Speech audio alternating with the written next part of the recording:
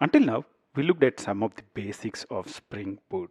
And before we go any further, I think it would be great if you can clearly separate what are the differences between Spring, Spring MVC, and Spring Boot. I think having great clarity on that would be really wonderful. Spring Boot, Spring MVC, and Spring. How do they compare? That's basically what we would want to answer in this specific step.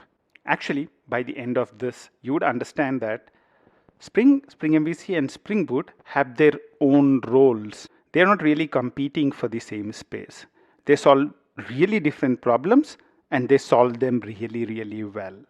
So, what's the core problem that Spring Framework solves? Think about it.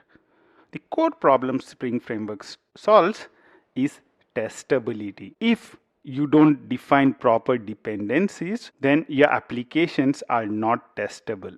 The most important feature is dependency injection.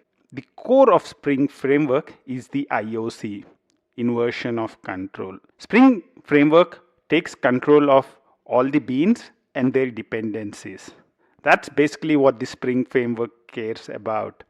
Spring Framework is all about defining your beans, putting your at component, putting your at service, and things like that, and also defining your dependencies at auto-wired and things like that, and also defining how to find your beans, component scan, for example. That's basically the core problem that Spring Framework solves. Spring Framework solves the problem of dependency injection. It helps you to build loosely coupled applications. Loosely coupled applications can be easily unit tested.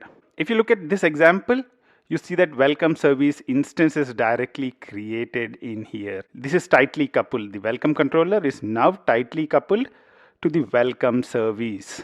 However, if you do dependency injection properly, then you would auto wire it in. You can use frameworks like Mockito and mock Spring MVC to replace this service with a mock and unit test this controller. That's the main problem that Spring Framework solves. Other than that, Spring Framework also solves a few other problems like duplication. That's basically plumbing code. So if, let's say, you are using JDBC, then you needed to write a lot of boilerplate code, try, catch, exception, and all that kind of stuff. That's not needed when you use any of the things that are based on the Spring Framework, Spring JDBC or Spring JMS. You don't really need to do that kind of stuff at all. The other thing which Spring Framework solved was providing good integration with other frameworks. So Spring had good integration with Hibernate for ORM, IBATIS for object mapping. It has good integration with JUnit and Mockito as well. Spring MVC is concerned with developing web applications. Spring MVC provides simple way of developing web applications. One of the great thing about Spring MVC is the separation of concerns. Dispatcher servlet is concerned with just the basic front controller part. There is a modal and view. There's a view resolver which is concerned just with resolving a view name to the physical view. With these kind of simple concepts, Spring MVC makes it very, very easy to develop your web applications as well as your RESTful services. Whether you are developing web applications or REST services with Spring Boot, internally you are using Spring MVC framework. That's the Spring Web MVC framework.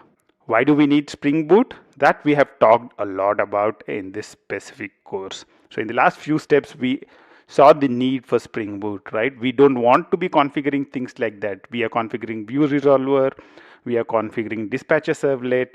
If we are using Hibernate JPA, we need to configure data source, entity manager, and transaction manager, and a lot of that kind of stuff.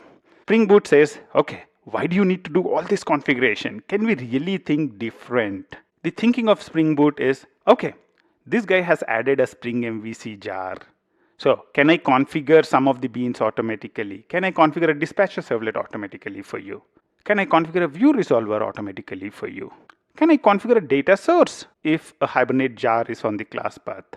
I know he put Hibernate class in the class path because he wants to talk to a database. Why don't I automatically create a data source? So that's what Spring Boot does, the auto configuration part. It looks at frameworks which are available on the class path and provide automatic configuration. These starter projects are all built around well-known patterns. We will talk about Spring Boot Starter Web and Spring Boot Starter JPA in the next step. Other than starters, the important goals of Spring Boot to provide a few monitoring features. So it also provides starters like Spring Boot Starter Actuator, which is used for monitoring. So it enables monitoring for your application. And also it has starters to pick different embedded servlet containers.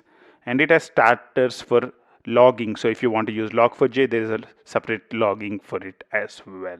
I hope this video helped you to understand the difference between Spring, Spring MVC, and Spring Boot. In the next step, we would focus on starters.